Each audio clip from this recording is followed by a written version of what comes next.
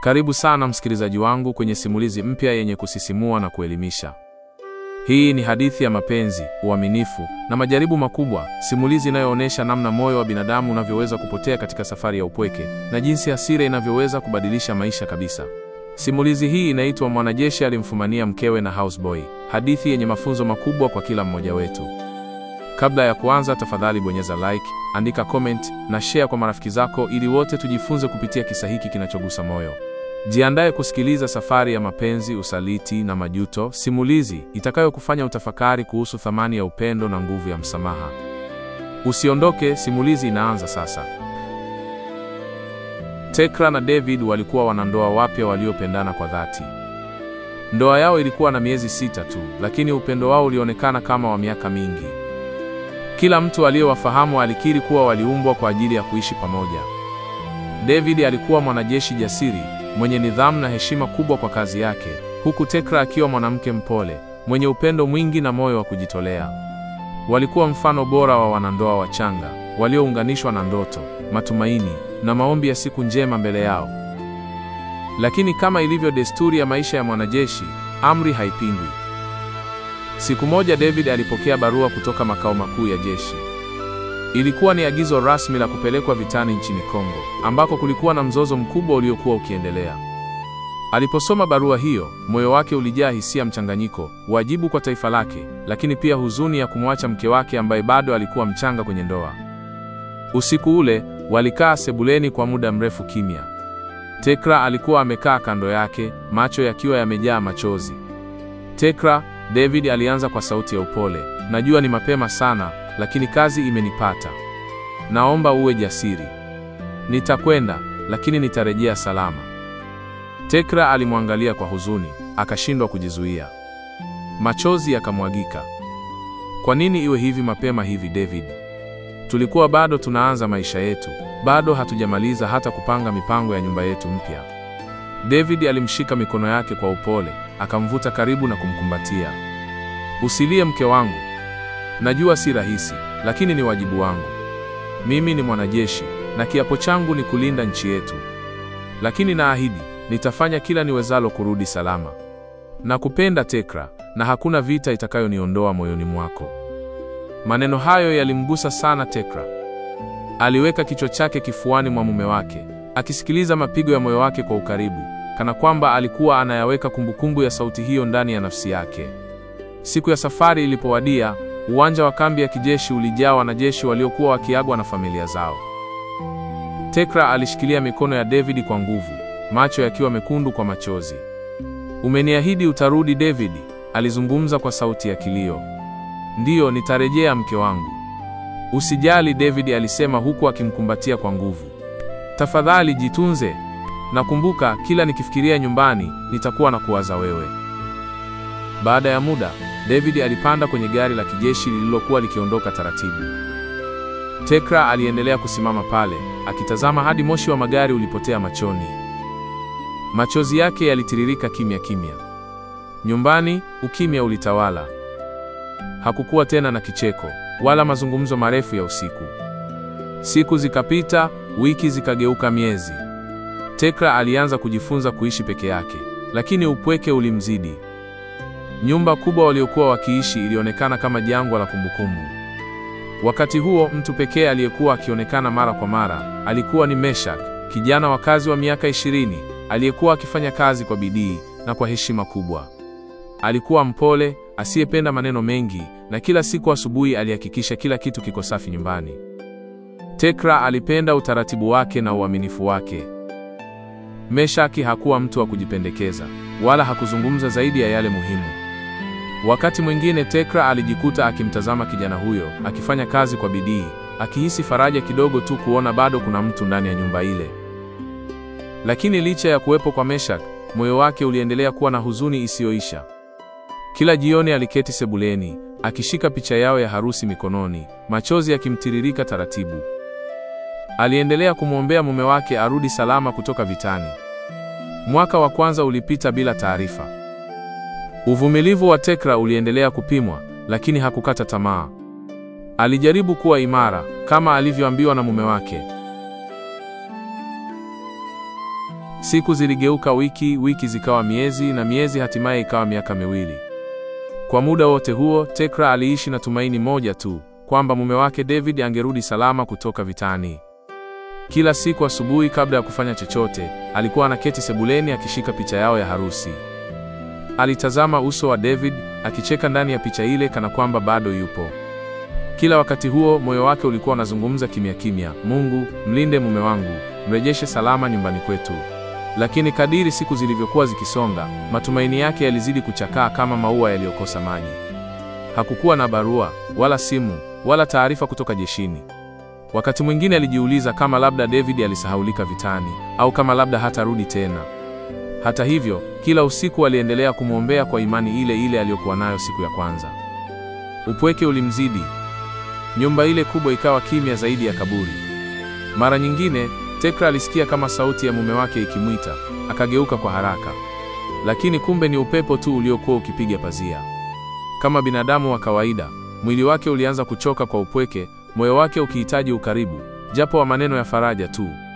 Lakini hakukuwa na mtu wa kumpa hayo. Meshak, kijana wa kazi, aliendelea kuwa mnyenyekevu na mwenye heshima kama kawaida. Asubuhi moja yenye upepo mwanana, Tekra aliinuka kutoka kitandani akiwa na mawazo mengi. Alitegemea kukuta chai mezani kama ilivyozoeleka. Lakini siku hiyo mezani kulikuwa tupu. Alishangaa kidogo, macho yake yakakodoka kuelekea jikoni kimya. Meshaki, aliita kwa sauti ya juu. Hakukuwa na jibu. Alitembea sebuleni, kisha akapiga hatua hadi nyuma ya nyumba. Meshak, Meshak, uko wapi tena? Aliendelea kuita kwa hasira ndogo, sauti yake ikionyesha kuchanganyikiwa. Hakukuwa na sauti yoyote ya kujibu, kitu kilichomfanya aanze kuhisi labda Meshak ameondoka bila taarifa. Kwa haraka, Tekra alipanda ngazi kuelekea kwenye vyumba vya wafanyakazi. Alipofika karibu na chumba cha Meshak, aligonga mlango mara mbili, hakujibiwa. Hasira ilimpanda zaidi. Meshak, unanifanya nipike chai mwenyewe sasa? Alisema kwa sauti yenye ukali wa kuchanganyikiwa. Bila kusubiri jibu, alisukuma mlango na kuufungua kwa ghafla. Lakini hakutarajia kile alichokiona.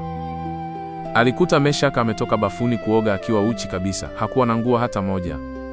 Tekra alishangaa sana kuona maumbile ya Meshak.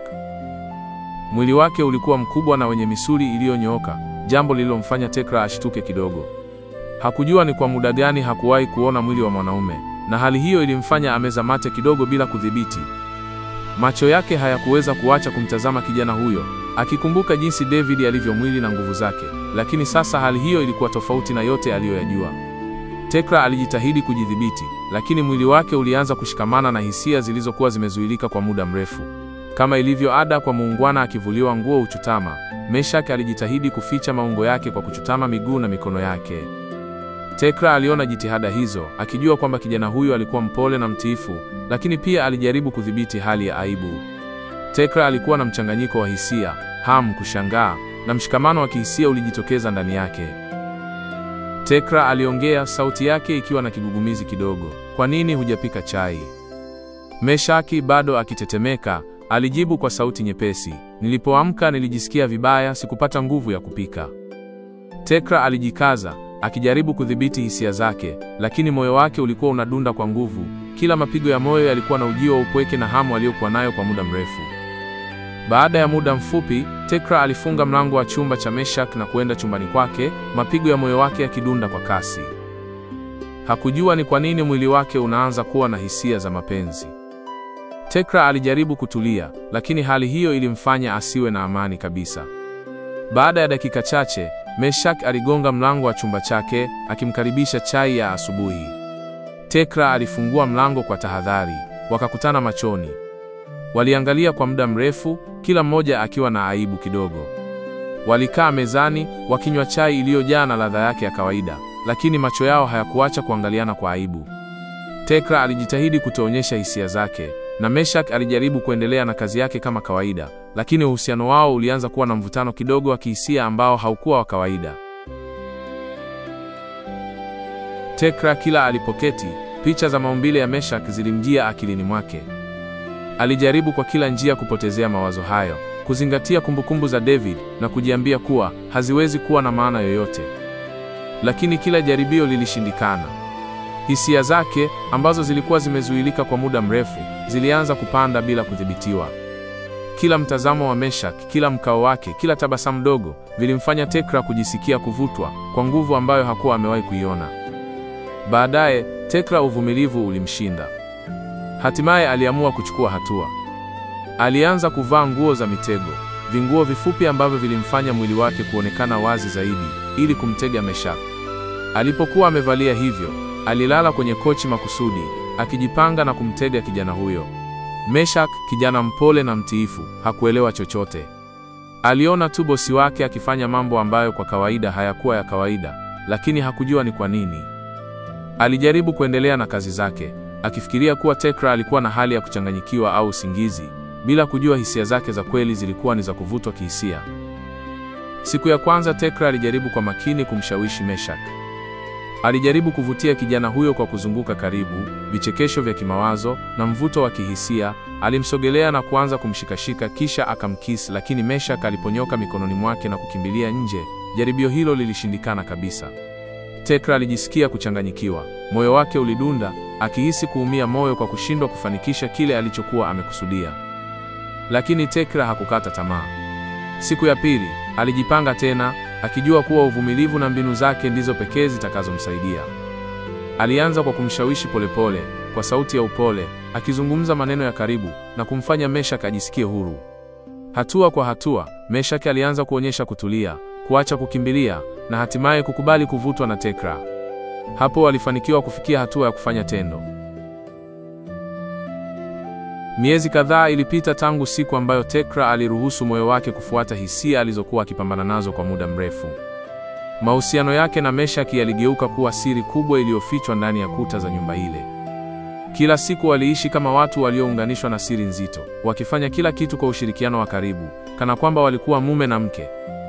Meshach, licha ya upole wake, alianza kuzoea hali ile.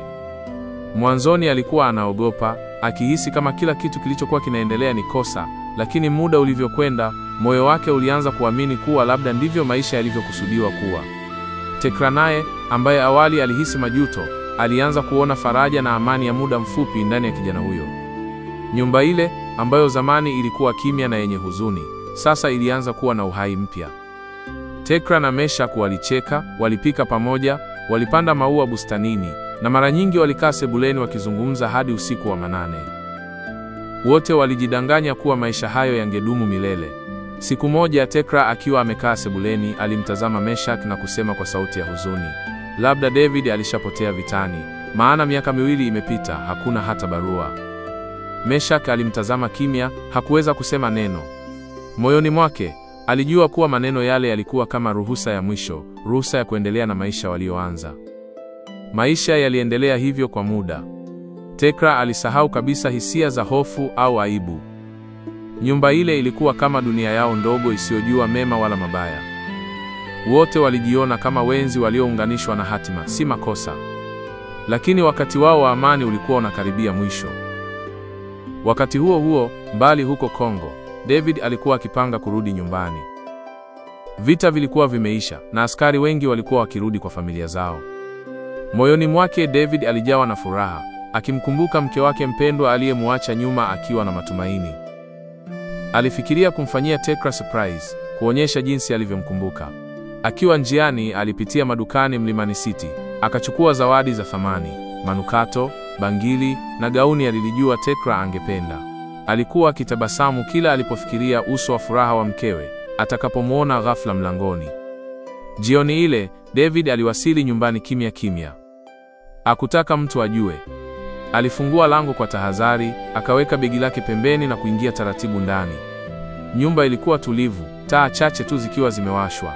Alitembea hatua kwa hatua hadi sebuleni, lakini hakumkuta mtu. Alidhani labda mkewe yuko chumbani au jikoni. Akatembea taratibu kwenye korido, zawadi zikiwa mikononi mwake, moyo wake ukidunda kwa furaha ya kukaribia kukutana na mkewe tena baada ya miaka 2 mirefu ya mateso ya vita. Lakini alipokaribia chumbani, alisikia sauti za ajabu. Kicheko kidogo, maneno yaliyovurugika na sauti za mapenzi. David aliganda pale aliposimama. Uso wake ulipauka na zawadi zikaanguka sakafuni. Alijua sauti ile. Ilikuwa ya mke wake. David alipagawa, moyo wake ukiwa umesongamana kwa uchungu na kuchanganyikiwa. Akaenda mpaka mlangoni mwa chumba chake. Mlango haukuwa umefungwa, na hiyo ilikuwa ishara ya kutokuwa na shaka ya kile kilichokuwa kikifanyika ndani. Alifungua mlango polepole, macho yake yakikumbatia kile kilichokuwa mbele yake, na ghafla moyo wake ulirudisha nguvu zote za hasira, huzuni na kushangaa. Alikuta Meshaki akiwa anatenda tendo la mahaba na Tekra, mke wake, mtu ambaye alikuwa amemwacha miaka 2 iliyopita akiwa na ahadi ya kurudi salama. Hasira kubwa ilimpamba David, akilia na kuumia kwa uchungu mkubwa. Sauti za Tekra, akimwomba msamaha. David, samahani. Tafadhali nisikilize. Tekra alijaribu kufafanua kwa machozi na maneno ya kuomba msamaha.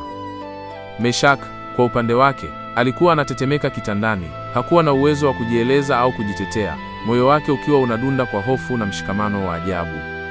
Tekra alijaribu kusogea karibu naye, akinyosha mikono kama mtu anayejitahidi kushika kivuli kisichoshikika. David, nilipotea, nilikata tamaa, sikujua kama utarudi. Lakini maneno yake hayakumfikia tena.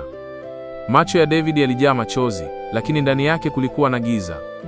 Akili yake ilihama kutoka kwa hali ya mwanadamu wa kawaida, akawa ni kivuli cha mtu aliyekuwa akiishi kwa maumivu. Kelele za hofu zilijaza nyumba.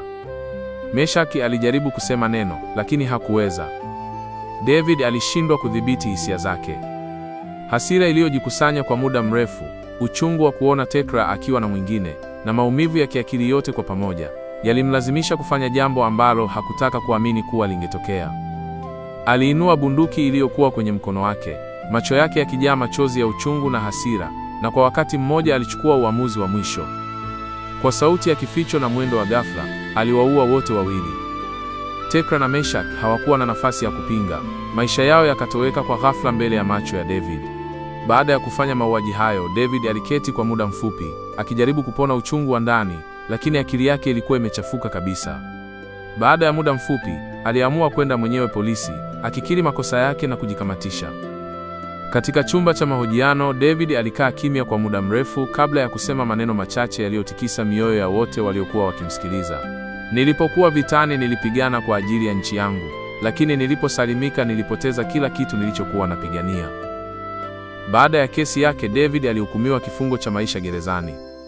Alipokea hukumu hiyo bila kulalamika. Wakati anapelekwa kwenye gari la magereza, aliinua macho yake juu angani, akitazama mawingu yaliyokuwa yakisogea taratibu, labda akitafuta msamaha, au labda akizungumza kimya kimya na roho ya mke wake aliyempoteza. Ndani ya gereza, David aliishi kimya. Hakupenda kuzungumza na mtu. Kila siku alikaa dirishani akitazama mbali, macho yake yakiwa hayana nuru tena. Wafungwa wenzake walimuita askari wa upendo, kwa sababu waliona ndani yake huzuni isiyoisha, si chuki. Hadithi ya David, Tekra na Meshak ikawa onyo kwa wengi, kwamba upendo bila uaminifu ni hatari, na hasira bila hekima ni sumu. Na nyumba ile ambayo zamani ilikuwa kimbilio la mapenzi, ilibaki ikisimama kimya, ukuta mmoja ukiwa na alama ya risasi, kama ukumbusho wa gharama ya usaliti. Ndivyo simulizi yetu inavyofika tamati. Hadithi ya upendo, usaliti, maumivu na majuto makubwa. Tulishuhudia mwanajeshi shujaa aliyepigania taifa kwa uaminifu, lakini akapoteza kila kitu alichokipenda kwa sababu ya kuvunjika kwa imani. Kisa hiki kinatukumbusha kuwa uaminifu ni nguzo ya ndoa, na maamuzi tunayoyafanya katika upweke yanaweza kubadili maisha milele. Usaliti haujengi, bali unavunja. Hasira haiponyi majeraha, bali huongeza maumivu. Na mwisho wa yote, msamaha na uaminifu ndivyo vinavyohifadhi upendo wa kweli. Asante sana kwa kusikiliza simulizi hii. Usisahau kubonyeza like, kuandika maoni yako na kushare ili wengine pia wajifunze kupitia hadithi hii ya majonzi na mafunzo. Tukutane tena kwenye simulizi ijayo, simulizi yenye kugusa moyo na kufundisha maisha. Asanteni kwa kuwa nami, na kumbuka, maisha ni chaguo, na kila chaguo lina gharama yake.